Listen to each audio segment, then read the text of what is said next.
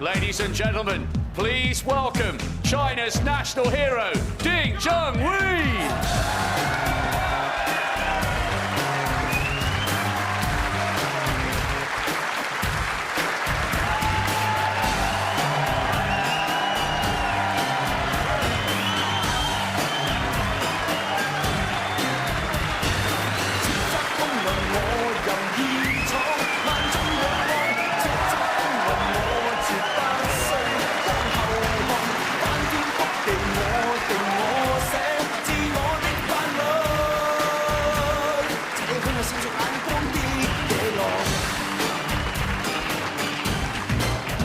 And here comes Leicester's world #1, Mark Selby.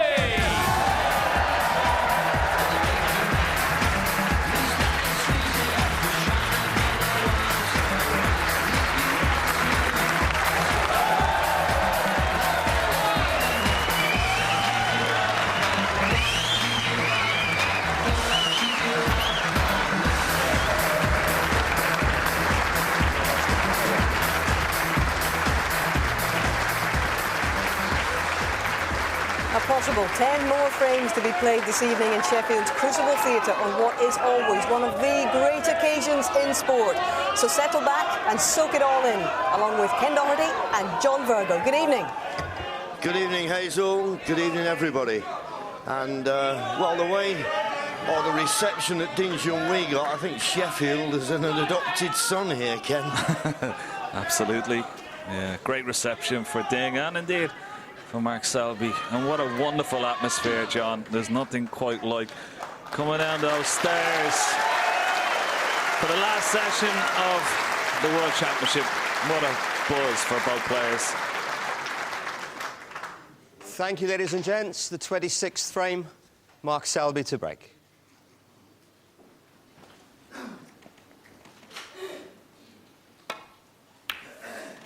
Mark Selby gets this final session underway.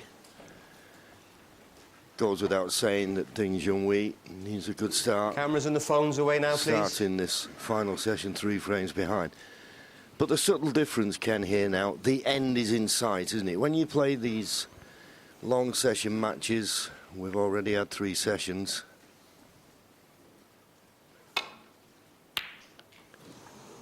It's hard to see the winning line, just sometimes trying to just keep your opponent at bay.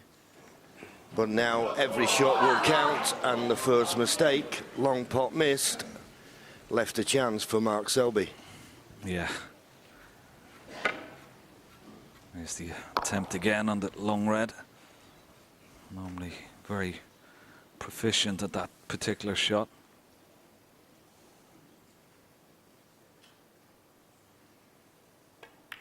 Left an easy opener for Mark Selby, and he's nicely on the blue. Good one. And he finished off the last session in great style, particularly when it was put up to him, John. I mean, every time that Ding has asked a question, Mark Selby has somehow found the answer. Yes, a couple of times he's got within 1 frame, and then you think, is he going to level it? But as you say, Mark's come out and he's finished perfect on this red now.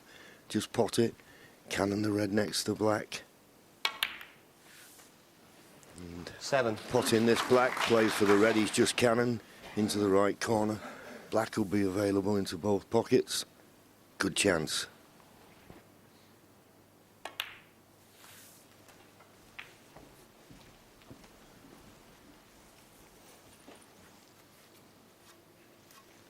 $14.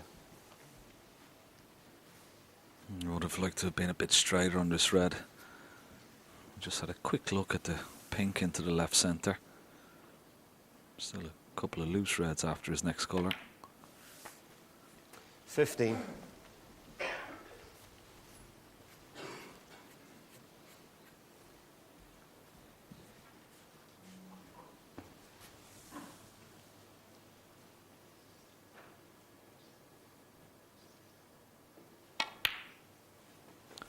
Pink won't spot, so it goes directly well, obviously the yellow's spot is available, so that's okay. 21.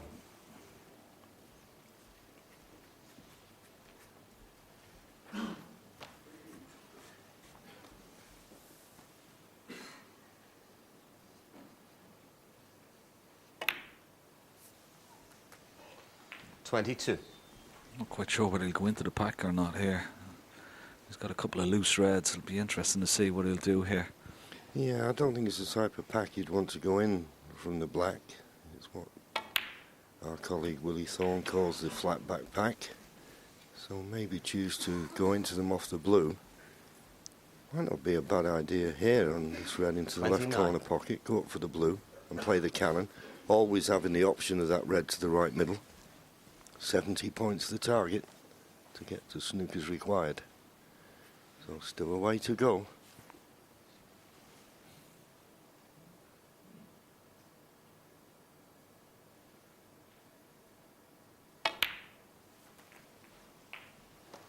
$30.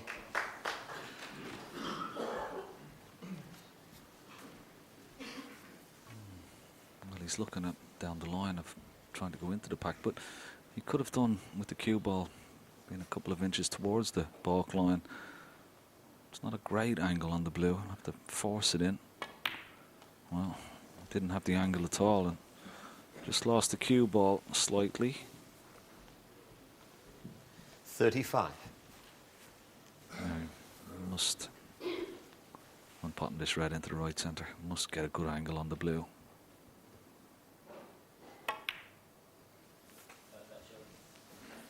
$36. Looks a lot better.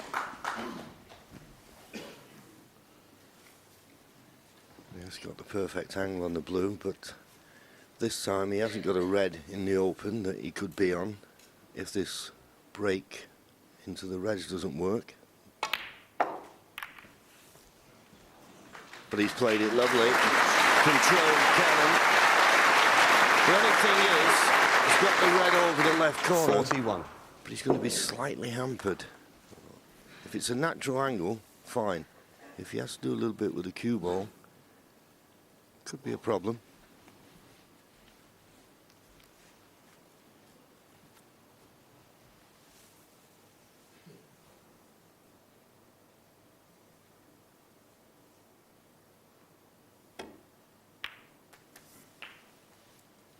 $42. Well, he's got a nice angle on the black. He can go into the reds and the loose red together and still hold for the red just above the black. Well, he just played into the loose red on its own. Didn't take the chance, but he's still in prime position. He's just having a look at the red that's closest to the 49. pink spot.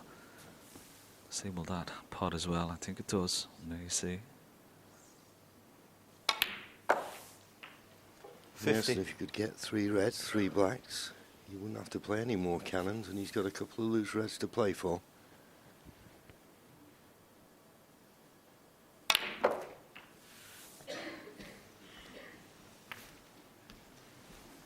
Misjudged that.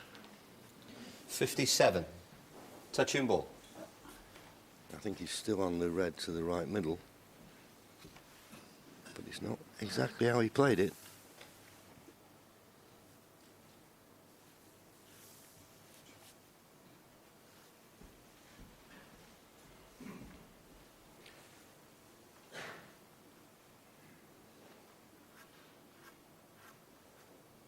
Well, can he not get through? I'm sure he can get through to the one that's closest to the right centre pocket.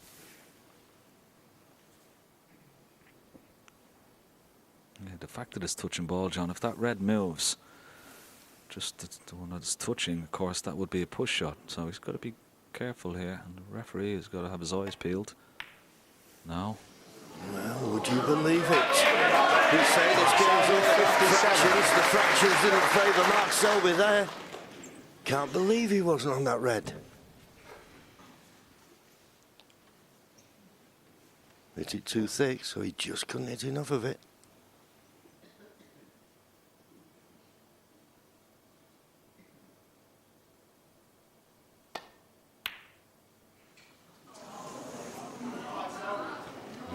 That was risky. That was too risky, surely. He's gifted the frame now, surely, to Mark Selby. Well, that was a bit of a nervy one from Ding, and just the way he played it. Didn't expect the cue ball to be this side of the blue. 1. Nicely on the black. You can. Let's have a look at whether he'll risk the cannon into the 4 reds. Yeah, this black will put him 65 points in front with 75 remaining. So this red and a colour will get him past the winning line in this frame.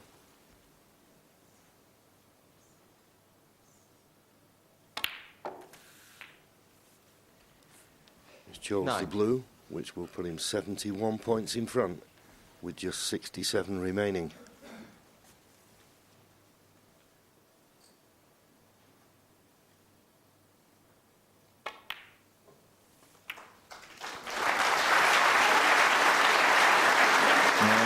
Played it 14. beautifully, nicely controlled. Didn't have to play it with any 15. pace, just catch that red full ball, and good start for Mark Selby.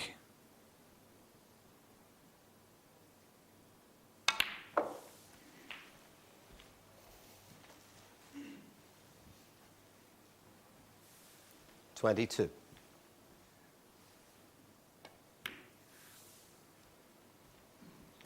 23.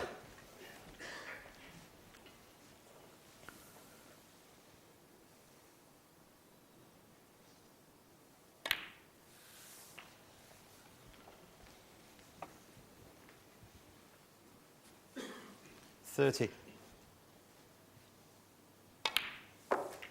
31.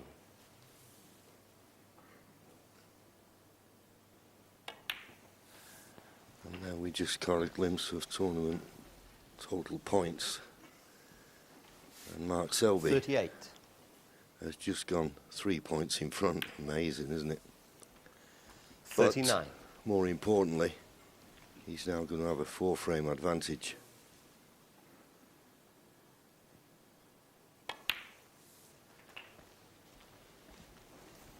He didn't win the frame at one visit, and he gave Ding Junhui half a chance. 46.